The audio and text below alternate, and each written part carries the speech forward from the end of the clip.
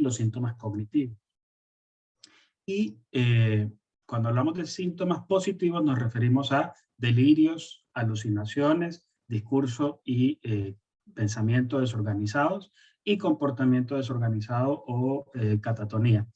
Esos constituyen los síntomas positivos, ¿no? Los síntomas psicóticos, propiamente dichos. Pero además esos síntomas psicóticos pueden estar asociados a síntomas negativos, que sí son más característicos de la esquizofrenia.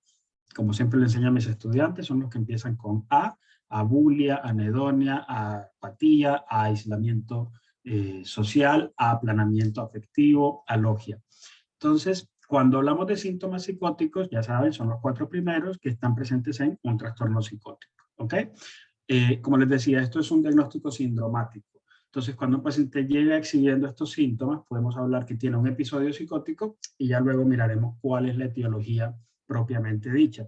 Y además esto es útil no solo porque nos permite encontrar una etiología en particular que explique los síntomas psicóticos, sino además porque poco a poco ha ido apareciendo una idea de que la esquizofrenia no existe como un diagnóstico unitario, sino que hace parte de un espectro, que sería el espectro de la psicosis, y ahí están incluidos otros diagnósticos que seguramente ustedes han oído, como el trastorno esquizoafectivo, el trastorno delirante crónico, el esquizofreniforme, el trastorno psicótico breve, etc. Entonces, para efectos prácticos, todos los vamos a meter en una única bolsa, que es la que corresponde al episodio psicótico. Entonces, cuando hablamos de un primer episodio psicótico, estamos hablando de un paciente que nunca había tenido síntomas psicóticos en la vida y que debuta con estos síntomas por primera vez, ¿ok? Nunca antes tenía un diagnóstico de enfermedad mental previa, nunca antes había exhibido síntomas como estos, y de un momento a otro, si bien puede que los síntomas antes fueran subsindromáticos o subclínicos, estos síntomas atraviesan el umbral de lo subclínico y podemos nosotros hablar de un diagnóstico de un episodio psicótico, que en este caso sería la primera vez en la vida. Cuando nos llega un paciente entonces con estas características a urgencias, usualmente llegan a urgencias, eventualmente lo veremos en consulta externa, no, va a llegar primero al médico general, a ustedes, por ejemplo, y lo primero que hay que hacer es descartar lo orgánico. Entonces, estas que están aquí son una serie de ayudas diagnósticas que podríamos tomar en principio para descartar las causas orgánicas más frecuentes. Habrá que tomar un hemograma para asegurarse de que el paciente no tiene un cuadro infeccioso o una anemia grave que podría explicar la aparición de los síntomas psicóticos, un ionograma, una hiponatremia, incluso una hiponatremia crónica, podría también causar este tipo de síntomas. Las pruebas de función renal, un paciente urémico también puede debutar con un episodio psicótico. Un paciente con una encefalopatía hepática podría debutar con síntomas psicóticos también, por lo que hay que tomar pruebas de función hepática, pruebas de función tiroidea, por lo mismo, un paciente en tormenta tiroidea o en un hipotiroidismo importante también puede tener estos síntomas, por la misma razón una glicemia, un uroanálisis para descartar un cuadro de infección urinaria en particular, porque un foco infeccioso, una urosepsis podría causar estos síntomas, y un pool de tóxicos básicos, porque una intoxicación aguda también podría causar estos síntomas. ¿Qué tiene un pool de tóxicos básicos?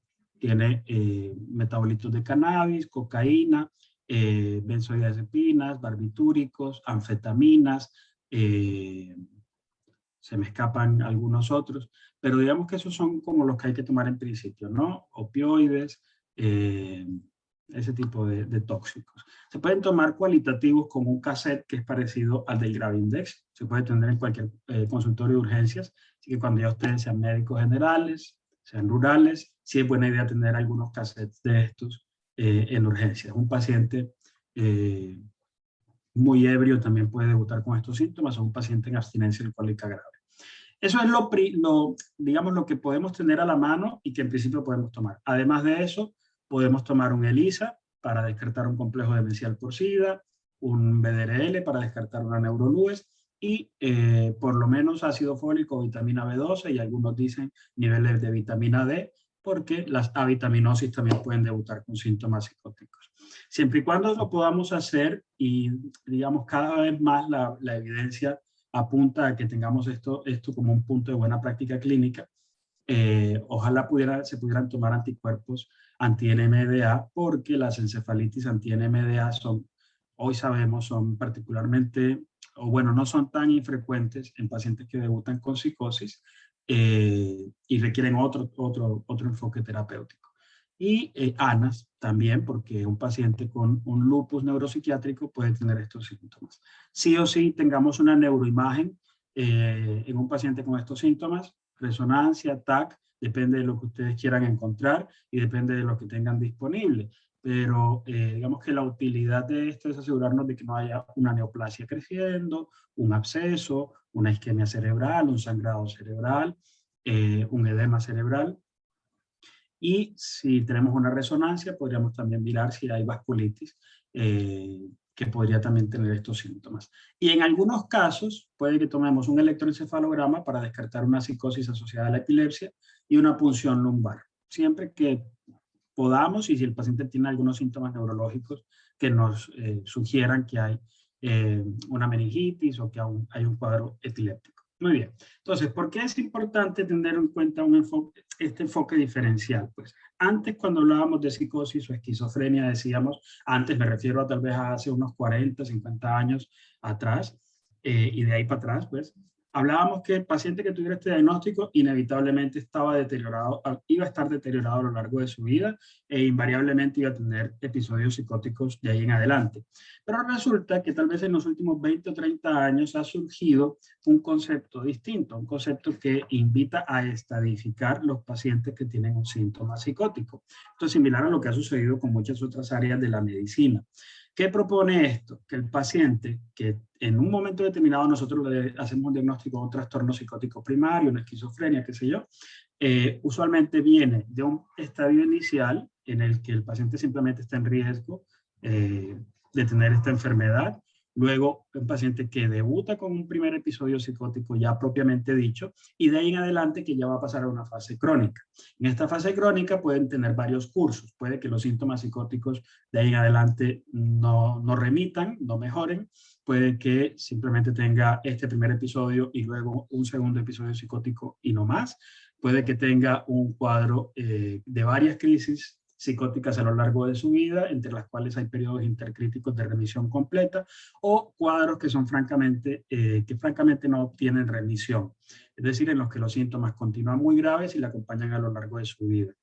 Pero o sea, digamos que el curso es muy heterogéneo, no es tan homogéneo como pensábamos antes, sino que es muy variable, ¿no? Es decir, quien tiene un diagnóstico de esquizofrenia no necesariamente va a estar invariablemente pues, deteriorado y con síntomas psicóticos a lo largo de su vida, no. Y de hecho lo que buscamos hoy en día es que no sea así. Entonces, por eso hay que trabajar en el diagnóstico temprano y tratamiento temprano del primer episodio psicótico.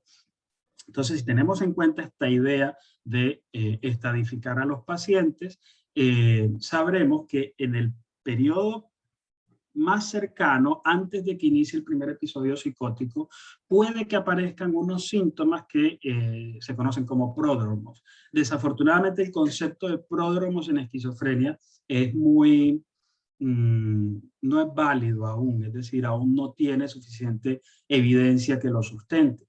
¿Por qué? Porque en este momento hay síntomas en el pródromo que son muy inespecíficos y que pueden bien pasar a ser una esquizofrenia, pero también una enfermedad bipolar, un trastorno depresivo, ansiedad, un trastorno de personalidad o un trastorno por consumo de sustancias. Pero el hecho de saber que hay estos síntomas permite que si hacemos una intervención temprana, vamos a poder cambiar el curso de cualquiera de estos diagnósticos, sea el que sea. Cuando hablamos de pródromos, entonces nos referimos a 3 grandes diagnósticos en particular. Eso lo propusieron los australianos, el equipo de Patrick McGorry, que él dijo, ellos definieron 3 grandes cuadros. Uno que corresponde a pacientes que tienen historia familiar o carga genética importante y tienen algún compromiso cognitivo o funcional, así sea leve. 2, pacientes que tienen cuadros de psicosis atenuada, es decir, que tienen síntomas psicóticos que no cumplen criterio para hacerlo porque todavía no pasan el umbral de los subsindrómicos, son subclínicos, pero ya uno nota que hay algo raro ahí.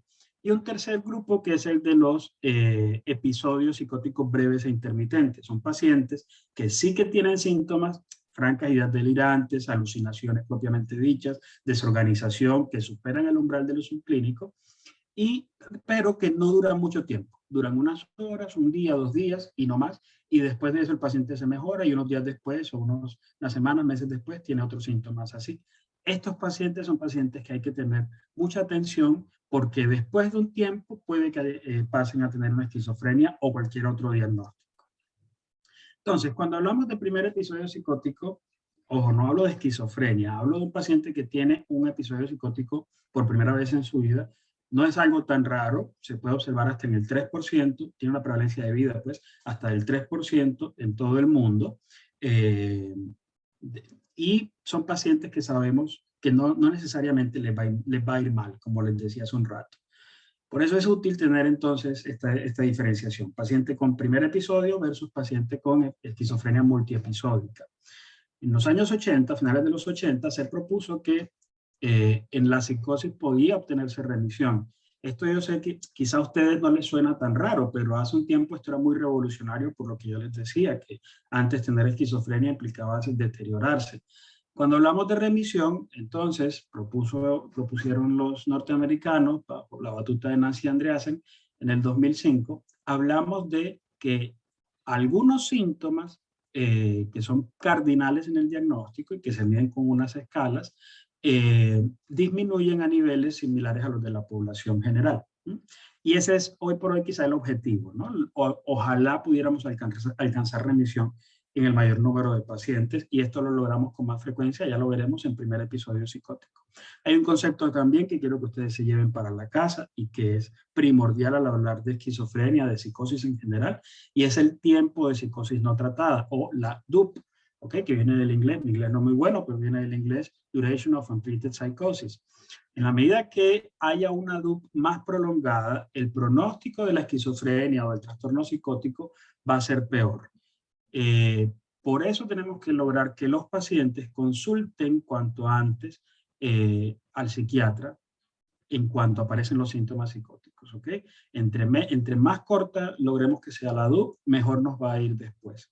Nuestro rol como psiquiatras o como médicos no implica solo hacer el diagnóstico correcto, ¿no? Decir esto es una esquizofrenia, esto es un tumor, lo que sea, sino lograr hacer una intervención temprana y en la medida de lo posible interdisciplinar. Y de esto hay muchos ejemplos en medicina. Lo que pasa es que para los psiquiatras esto es relativamente nuevo, pero esto ya se sabe hace tiempo. Se sabe que si trabajamos temprano en factores de riesgo cardiovascular, a los pacientes les va a ir mejor después. Se sabe que si estadificamos temprano el cáncer, podemos hacer un tratamiento mucho más útil, que si actuamos rápido en infarto agudo de miocardio, al paciente le va mejor, que hay unos tiempos definidos para aguja y demás, para accidente cerebrovascular. Entonces, en la medida que actuemos temprano, nos va a ir mucho mejor.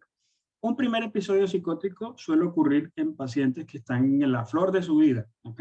Pacientes que están en edades productivas, al final de su adolescencia, comienzo de su adultez temprana, 15, 25, 30 años, por mucho. Así que con mayor razón hay que trabajar con este grupo de pacientes. Y hay investigaciones muy grandes, ¿ok? Como el Opus en los países nórdicos, el estudio EPIC en Australia, la estrategia RACE en los Estados Unidos, que demuestran que el tratamiento del primer episodio psicótico, si bien es complejo, multidisciplinar, largo, es un tratamiento que a largo plazo es costo efectivo. Y se basa en un concepto que se conoce como cuidado especializado coordinado. Para resumirles, ¿esto en qué consiste? En que se hace un equipo especializado en la atención del primer episodio psicótico, ¿ok? O de la esquizofrenia temprana, que son los primeros 3 a 5 años de la enfermedad. Y esto tiene un enfoque particular a nivel psicoterapéutico, farmacoterapéutico. Hay todo un trabajo de apoyo en empleo y educación familiar, coordinación con atención primaria, coordinación con el resto de servicios médicos, etcétera, y se brinda un cuidado que está centrado en la persona y está orientado hacia la recuperación, definida la recuperación como un proceso en el cual los sujetos logran su bienestar, ¿ok? Y esto es muy individual también, ¿sí? Lo que sabemos que es que en la medida que intervenimos estos primeros 3 a 5 años de la enfermedad, vamos a lograr los mejores resultados después, porque cuando aparece el primer episodio psicótico, es como si después de eso, en estos primeros 3, 5 años, se diera como una meseta de los síntomas y del compromiso funcional. Y esa meseta se va a sostener en el tiempo de ahí en adelante. Entonces, si nosotros logramos que el compromiso funcional del cuadro sea menor, a largo plazo, digamos, esa meseta se va a sostener igual de bajista. ¿Ok? Muy bien. Entonces, nos llega un paciente con estos síntomas psicóticos, primera vez en la vida, descartamos organicidad, dijimos, tiene un trastorno psicótico primario, una esquizofrenia probablemente, vamos a empezar tratamiento. ¿Con qué empezamos? Lo primero que hay que pensar es que la opción inicial tienen que ser antipsicóticos atípicos, ¿ok? Hay pocos estudios en primer episodio psicótico cada vez versus esquizofrenia multiepisódica, porque muchos estudios no hacen la diferenciación, pero en los últimos 10 o 15 años cada vez hay más estudios que lo diferencian. Entonces sabemos, por ejemplo, que con risperidona o aripiprazol nos va bien en primer episodio psicótico y con olanzapina, que es muy buen antipsicótico en este momento. ¿Cuál es el problema de la olanzapina? Que tiene impacto metabólico muy deleterio y por eso muchos pacientes no se van a adherir. No responde, nos pasamos a segunda línea, quetiapina, que no es tan buen antipsicótico, pero puede que sea mejor tolerado, o ciprasidona, que no está disponible en Colombia. Y ya en tercera línea, pues pasamos a atípicos. ¿Okay? Primero comenzamos con atípicos y si no, típicos. Esto es distinto a algo que pensábamos antes, ¿no? Antes decíamos primero típicos, luego atípicos, hoy por hoy sabemos que es al revés. Si nuestro paciente sospechamos que tiene refractariedad, o sea, que después de usar 2 esquemas antipsicóticos no hay mejoría, tenemos que empezar pronto clozapina, ojalá antes del primer año, que eso es lo que va a definir después que la refractariedad no se sostenga. Y hay algunas investigaciones que se están haciendo con otros antipsicóticos que no tenemos en Colombia, como la lurasidona, la acenapina, que la teníamos y ya no, cariprazina, etcétera. Pero esto todavía hay que esperar a que nos lleguen las moléculas a Colombia. Hablamos entonces de respuesta cuando los síntomas disminuyen a la mitad con respecto al cuadro inicial, a diferencia en la esquizofrenia crónica, que los síntomas pueden disminuir hasta un 20%. O sea, los pacientes en primer episodio psicótico van a tender a responder más y por eso exigimos que la disminución de los síntomas sea mayor, por lo menos a la mitad de la severidad inicial, a diferencia de la esquizofrenia crónica. Al hablar de remisión, los criterios que les mencionaba ya hace un rato de Nancy Andreasen y su equipo. Y al hablar de recuperación, ya les mencionaba ya hace un rato una definición, pero en eso no hay tanta claridad, no se han puesto de acuerdo para poder operacionalizar bien este concepto. Entonces empezamos con cualquiera de estos antipsicóticos, empezamos con dosis bajita, como les decía, la tasa de respuesta es alta versus pacientes que ya antes venían usando antipsicóticos. Entonces hay que empezar con dosis bajitas e ir aumentando de a poquitos, ¿ok? Por ejemplo, con risperidona los pacientes puede que mejoren a partir de 6 u 8 miligramos, pero en primer episodio con 4 miligramos es suficiente. O con olanzapina, usualmente requerimos 20, 25, 30, inclusive miligramos en esquizofrenia crónica. Aquí solamente necesitamos 10, 15 miligramos, 13 miligramos y es suficiente. Entonces, dosis bajitas a ir titulando progresiva y lentamente. ¿Qué está detrás de todo esto? Ya sabemos la hipótesis dopaminérgica de la esquizofrenia, el glutamato, quizá la serotonina por la relación que tiene con dopamina en la vía mesocortical, pero no son solo monoaminas y receptores, ¿ok? Hay un montón de literatura que nos demuestra el rol que cumplen la inflamación, las citoquinas proinflamatorias, como los pacientes que están en un primer episodio psicótico tienen niveles altos de interleuquina 6, interleuquina 1, interleuquina 10, factor de necrosis tumoral alfa, homocisteína, es decir, se encuentran en un estado proinflamatorio. Y además de eso, se encuentran en un estado que los pone más en riesgo de síndrome metabólico, no solo por el tratamiento, simplemente por la enfermedad psicótica. Y además se encuentran en estados que son prooxidativos. Entonces, hoy por hoy sabemos que es más que monoaminas y receptores, hay otras cosas implicadas, también factores de crecimiento cerebrales que tienen que ver con el desarrollo y la aparición de la enfermedad en este momento. Como les decía, la remisión, entonces, con los criterios que les mencionaba, que es lograr que los síntomas disminuyan al nivel de la población general, no es tan raro como uno imaginaría. Estos son datos, por ejemplo, de un metaanálisis que hicimos hace como unos 4 años, aquí en Barcelona con investigaciones de todo el mundo, con pacientes en primer episodio psicótico y encontramos que hasta el 50%, alrededor de 1 de cada 2 pacientes con un primer episodio psicótico se va a mejorar. ¿ok? Es decir, va a lograr la remisión de sus síntomas durante al menos 6 meses. Y eso es favorable, ¿no? Y por eso el objetivo hoy por hoy es lograr detectar temprano el primer episodio, tratarlo y lograr esta remisión, ¿ok? ¿Qué es clave aquí? La adherencia terapéutica. Usualmente, aunque queramos que los pacientes tomen el tratamiento como debe ser para obtener esta remisión a largo plazo, usualmente los pacientes van a abandonar el tratamiento, ¿ok? Estas son dos imágenes muy similares.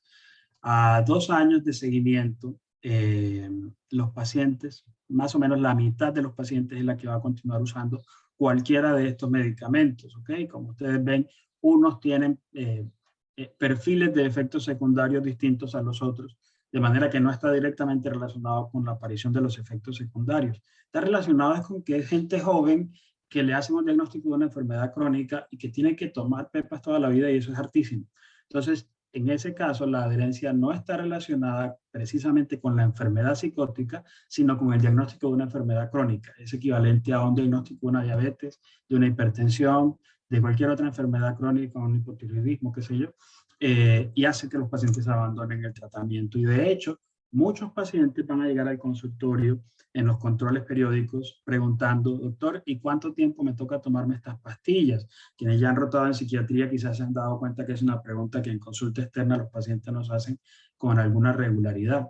Y bueno, digamos que ahí no hay mucho consenso, pero tal vez teniendo en mente esto que yo les propongo, del cuidado coordinado especializado, hay que tener en cuenta la opinión de paciente y familia. Entonces, si paciente y familia de manera autónoma, obviamente nuestro paciente ya teniendo juicio de realidad conservado, deciden que no van a continuar el tratamiento, es algo que nosotros podemos respetar, ¿ok? Simplemente hay que educarlos, tanto al paciente y a la familia, respecto a los riesgos que están corriendo y si aún así deciden correrlos, respecto a qué deben hacer ante esos riesgos. Entonces uno puede dejar, por ejemplo, unas benzodiazepinas o algo así, medicamentos de rescate, en la medida de que los síntomas pueda que vuelvan a aparecer y saber que si nuevamente aparecen los síntomas y empeoran, acudir a urgencias. Sea como sea, se recomienda que el tratamiento se sostenga durante al menos los primeros 2 años. ¿Okay? Y algunos autores sugieren que si el paciente responde hay que mantener el tratamiento al menos 3 años para asegurarnos que 10 años después se mantiene un buen pronóstico. Sea como sea, una poca adherencia es el mayor predictor de recaída y a su vez una recaída es uno de los mayores predictores de deterioro a largo plazo. Entonces, por eso todo esto hay que enseñárselo a los pacientes. Una idea tal vez podría ser el uso de inyectables de larga acción, risperidona, paliperidona, en sus formas quincenal, mensual, trimestral, y tal vez esto nos podría ayudar un poco con la adherencia, pero no es muy idílico, pues. En la vida real, muchos pacientes, aun cuando estén usando inyectables, puede que abandonen el tratamiento. Hay que brindarles también acompañamiento psicoterapéutico. Aquí yo les propongo 2 enfoques terapéuticos que quizá tienen buena evidencia, que es el de entrenamiento en resiliencia y la terapia cognitivo-conductual modificada para psicosis. Tienen unos objetivos muy claros, un cuerpo teórico muy claro, una serie de pasos, una metodología específica, y está enfocada en que el paciente pueda tener mayor introspección, mayor adherencia, tolere mejor sus síntomas, esté atento a la aparición de los síntomas, pueda prevenir las recaídas, mantengan una buena alianza terapéutica con el equipo terapéutico, y bueno, entre otras, ¿no? Pero digamos que la intención no es solamente dejar al paciente tomando pepas y ya, sino poder brindarle todo esto al mismo tiempo. Ya ustedes ven, según lo que yo les he contado, que es muy importante educar a paciente y familia, brindarles terapia a paciente y familia, además de simplemente brindarles tratamiento farmacológico. De nada sirve hacer tratamiento en primer episodio si no brindamos un tratamiento también para sustancias psicoactivas. Muchos pacientes que debutan con un primer episodio psicótico tienen consumo comórbido de sustancias, de manera que hay que ofrecerles también un tratamiento. Esta imagen, este gráfico es de también un artículo de comienzos de este año, finales del anterior creo, con pacientes con primer episodio psicótico que seguimos durante 5 años. ¿Okay? En los primeros 2 recuadros están A ver, esto lo que hicimos fue medir el CGI, que es una escala que nos permite mirar qué tan grave está el paciente. Entonces, aquí en este están los que tienen el CGI peor y aquí están los que tienen el CGI mejor, con mejor puntaje. Entonces, aquí los que no consumen y aquí los que sí consumen. Y las líneas son el número de pacientes en cada uno de los grupos. Entonces, en este primer bloque, que es el de los que tienen mejor CGI, o mejor función, menos síntomas, que están menos graves, pues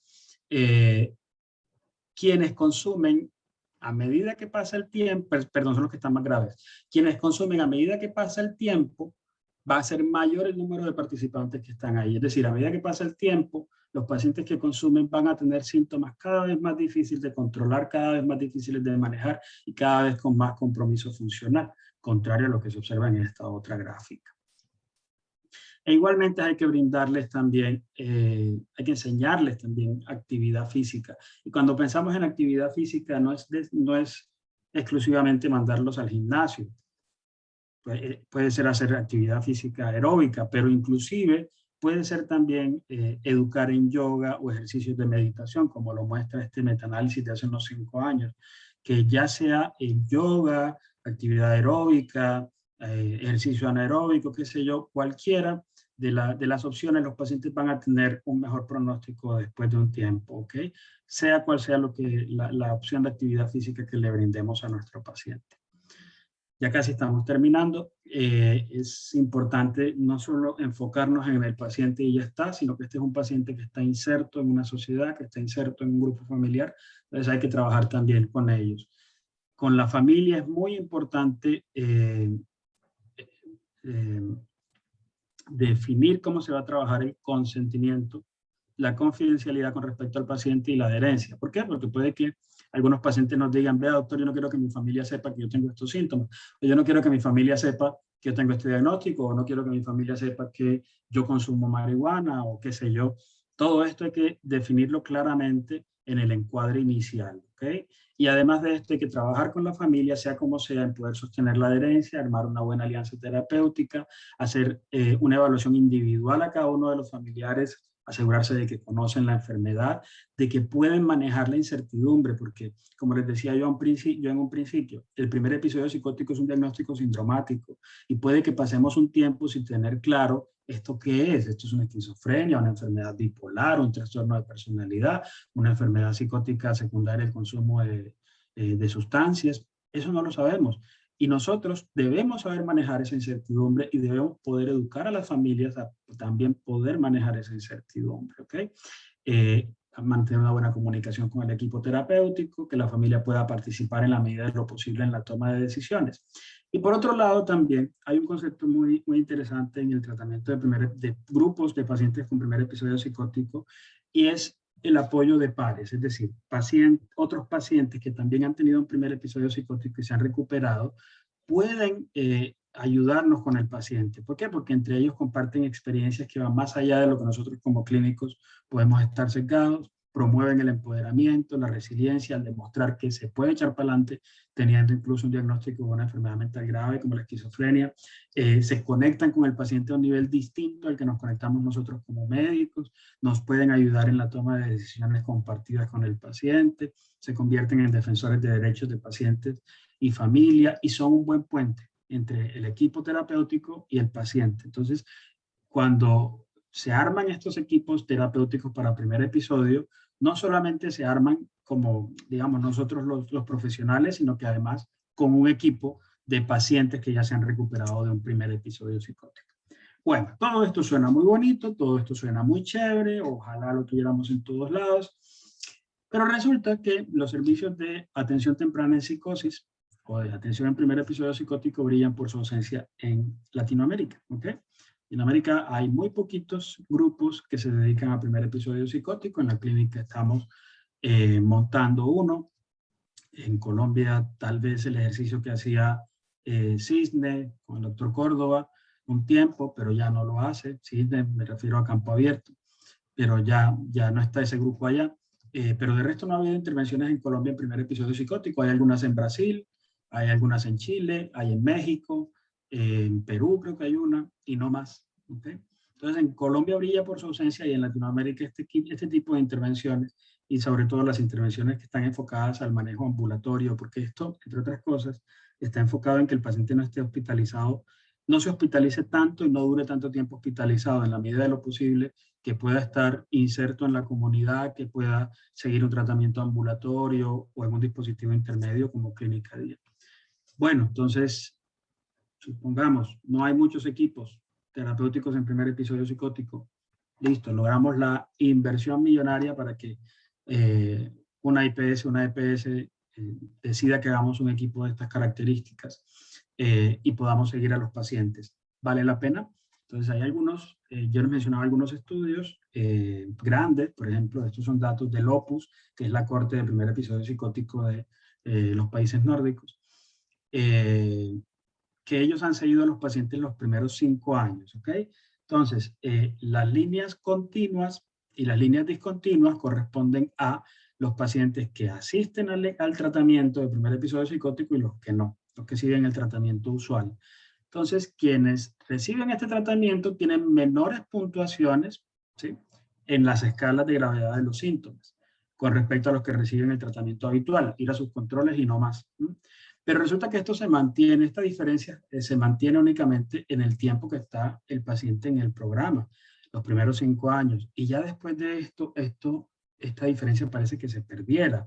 No sabemos muy bien dónde está el problema, si es que es inevitable a pesar de todo que el paciente se deteriore, o si es que no estamos haciendo la tarea bien para que el paciente después del programa pueda insertarse otra vez en la comunidad y ser independiente, o hay que brindar otro tipo de intervención después del programa. Esto se está trabajando recién ahora, que tenemos datos 10 y 15 años después de estos mismos estudios. Entonces, ahí vamos. ¿Vale la pena? Todavía no tenemos la respuesta, pero parece que sí. Es decir, al menos lograr que en estos 5 años nuestro paciente pase de los 16 a los 21 años, por ejemplo, de los 20 a los 25 años, funcionando mejor, sí que es útil y sí que mejora la calidad de vida de los pacientes y sus familias. Bueno, entonces mis conclusiones: la evidencia contemporánea apunta a que intervenir de manera temprana, integral, interdisciplinaria en psicosis incipiente es lo mejor.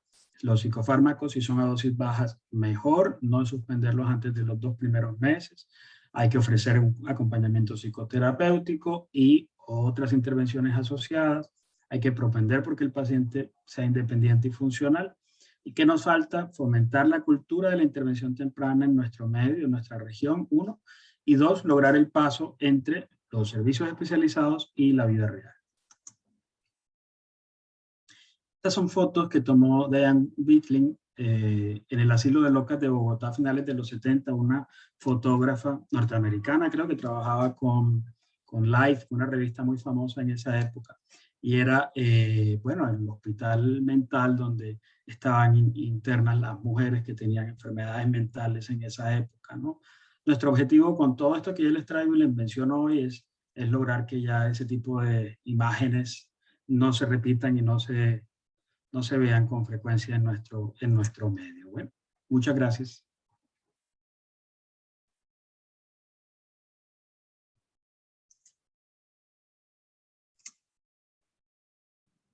Muchas gracias, doctor.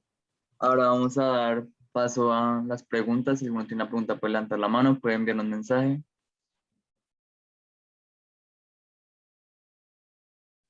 Santiago. Bueno, buenos días a todos. Doctor, muchas gracias por la charla. Hola, bueno. Y tengo una preguntita. ¿Hay alguna evidencia del uso de sustancias psicoactivas como gatillante o como inductor del primer episodio psicótico? Ok, sabemos que el consumo, particularmente el consumo de cannabis, sobre todo en edades tempranas, antes de los 14 años, y sobre todo con formas de cannabis que tienen altas concentraciones de THC versus bajas concentraciones de CBD, sí que está relacionado con la aparición de un primer episodio psicótico, ¿ok? Eso por un lado. O sea, es decir, sabemos, y eso está muy, muy claramente descrito, que el consumo de cannabis de esta forma puede ocasionar psicosis a largo plazo. Pero además de eso, el consumo de sustancias per se puede causar cuadros de psicosis tóxicas, ¿ok? y hay varias sustancias que pueden causar este tipo de síntomas psicóticos. Marihuana, alcohol, cocaína, metanfetaminas, anfetaminas, ketamina, opioides, hongos alucinógenos, un montón de sustancias que sí que pueden causar psicosis tóxicas. Lo que no está claro es, digamos, o bueno, lo que a veces no llega a estar claro es cuando un paciente debuta con síntomas psicóticos y lo que tiene es una psicosis tóxica, o sea, unos síntomas psicóticos secundarios al consumo, y si uno quita el consumo, los síntomas psicóticos desaparecen, o si tiene unos síntomas psicóticos que han surgido como consecuencia del consumo crónico de determinadas sustancias, ¿sí? O un paciente que tiene síntomas psicóticos porque tenía que tenerlos, ya, porque sí o sí iba a tener igual esquizofrenia y que casualmente consume sustancias. Entonces, digamos que la relación causal es la que no es totalmente clara hoy en día. Y eso se observa en la clínica por este tipo por esto que yo les estoy explicando, ¿no? Porque a veces uno no tiene claridad de qué va primero y qué va después. Pero sí que hay relación entre el consumo de sustancias y la aparición del primer episodio psicótico, claro. Ok, doctor, muchas gracias.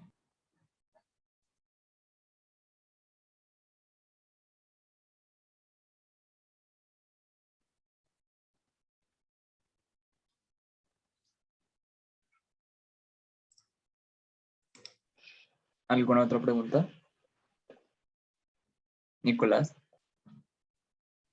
Doctor, muchas gracias por la charla, estuvo muy interesante.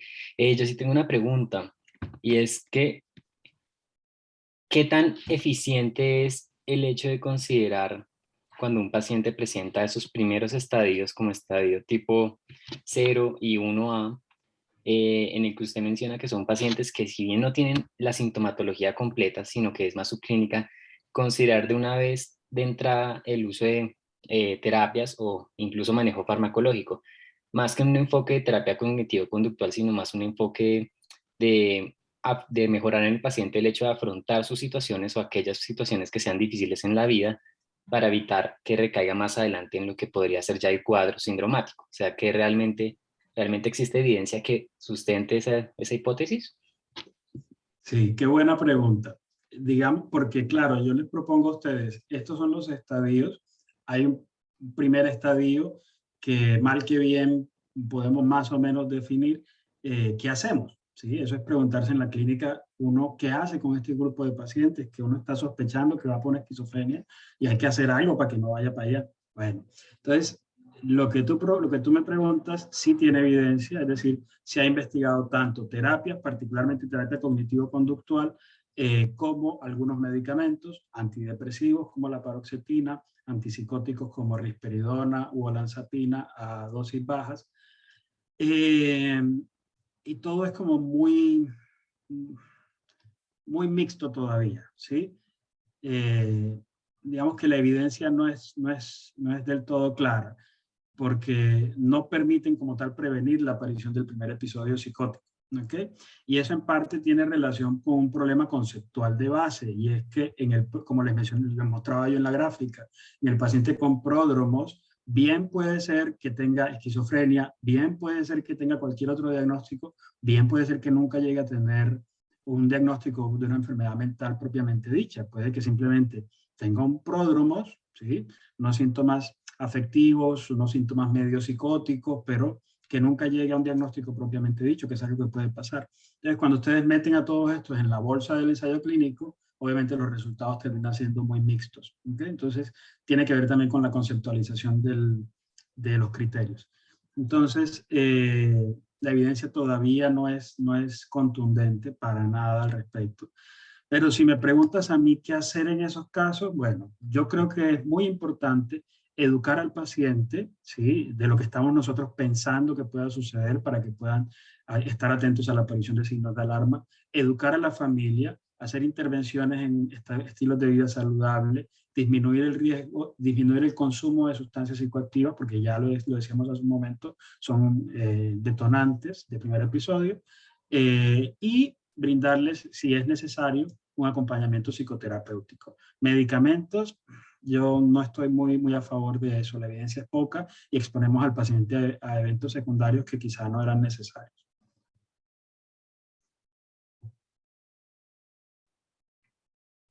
Muchas gracias, doctor.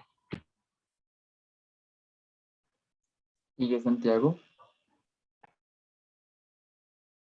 Sí, yo tengo una pregunta. En caso de un paciente que tiene de base un antecedente depresivo, el uso de antipsicóticos que generan anedonia y pues esa sensación como de vacío, ¿cómo se puede evitar? O que, o sea, en su concepción o digamos que en su experticia, ¿qué medicamentos antipsicóticos le han ayudado también con tratamientos depresivos sin empeorar los síntomas secundarios? Sí, muy buena pregunta también. Tú de lo que me estás preguntando, al hablarme de anedonia en este caso, es algo que nosotros llamamos síntomas negativos secundarios. Los síntomas negativos en la esquizofrenia se pueden subdividir en síntomas negativos primarios y secundarios. Los primarios corresponden a los propios de la enfermedad y los secundarios son clínicamente indiferenciables de los otros, excepto que son consecuencia del uso de medicamentos, del uso de los antipsicóticos. Y esto está mediado por el bloqueo de los receptores D2. En la medida de que yo bloqueo los receptores dopaminérgicos, es decir, en la medida de que yo genero una hipotonía dopaminérgica en la vía mesocortical, corro el riesgo de que aparezcan estos síntomas negativos secundarios o que empeoren la anedonia o eventualmente los síntomas depresivos. Entonces, si tengo un paciente con síntomas depresivos antes del primer episodio psicótico y tiene un primer episodio psicótico y tengo que usar un antipsicótico, ojalá usar antipsicóticos que no tengan tanto efecto anti-D2. Irnos por antipsicóticos atípicos como como lanzapina, o como quetiapina, clozapina eventualmente. Podría usarse inclusive aripiprazol. En vez de, por ejemplo, usar risperidona o paliperidona, que tienen un efecto anti-D2 importante, o usar antipsicóticos típicos, ¿ok? Pero bueno, ahí tenemos esas opciones. Listo, y otra pregunta también. ¿Cuál es cómo decirlo? ¿Cuál es la prevalencia de esquizofrenia en pacientes abusados sexualmente durante la infancia? O sea, ¿qué factores de riesgo de la infancia pueden producir eventualmente un paciente que no tiene carga genética y digamos que no tenía cierta tendencia hacia la esquizofrenia o hacia el primer episodio de esquizofrenia, psicótico? La primera pregunta que me haces no te la puedo responder de forma exacta. ¿Por qué? Porque el denominador de esa prevalencia sería todas las personas que han tenido abuso sexual. Y como esto no se puede calcular del todo, porque no todos consultan y no todos se pueden seguir a largo plazo, entonces digamos que no es posible calcularlo, ¿ya? Tal vez si hacemos la pregunta al revés, es decir, de cuántas personas que tienen un primer episodio psicótico tienen historia de abuso sexual, eso sí que podemos calcularlo. No tengo la cifra exacta, pero sí es un porcentaje importante. Sabemos hoy por hoy que si bien no es un factor de riesgo grande o mayor, ya les voy a mencionar cuáles son los factores de riesgo grandes, para esquizofrenia, el abuso sexual y estar expuesto a abuso sexual, sobre todo en los primeros 5 años de vida, o bullying, sí que puede actuar como desencadenante de síntomas psicóticos, ¿ok? No es tan frecuente, pero sí que se ha demostrado, ¿ok?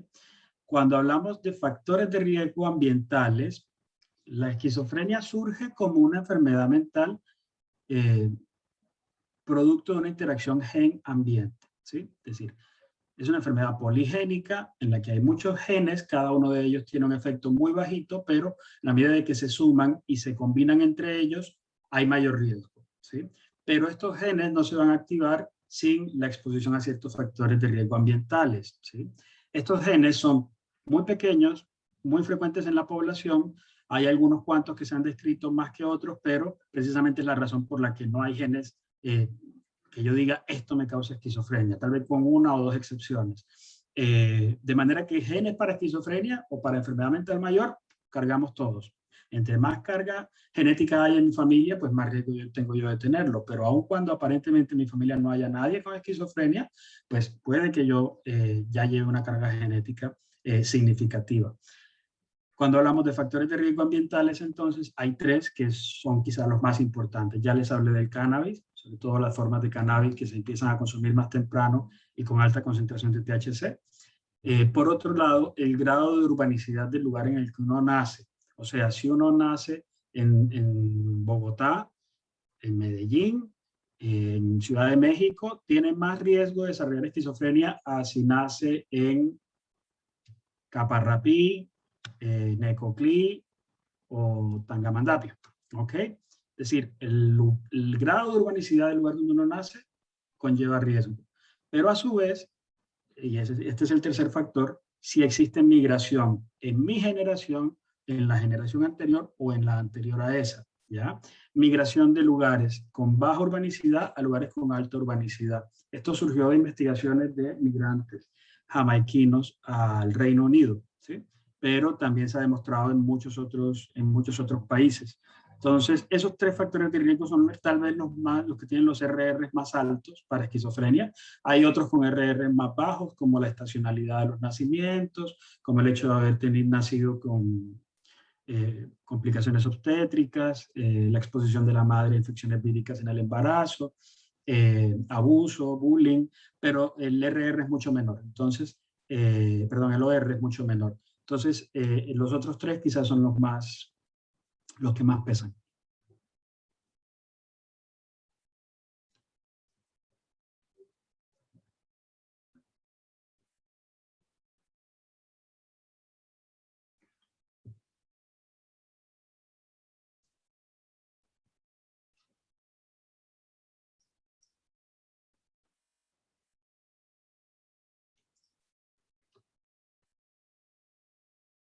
Bueno, ¿están todos en silencio o se me cayó el internet a mí?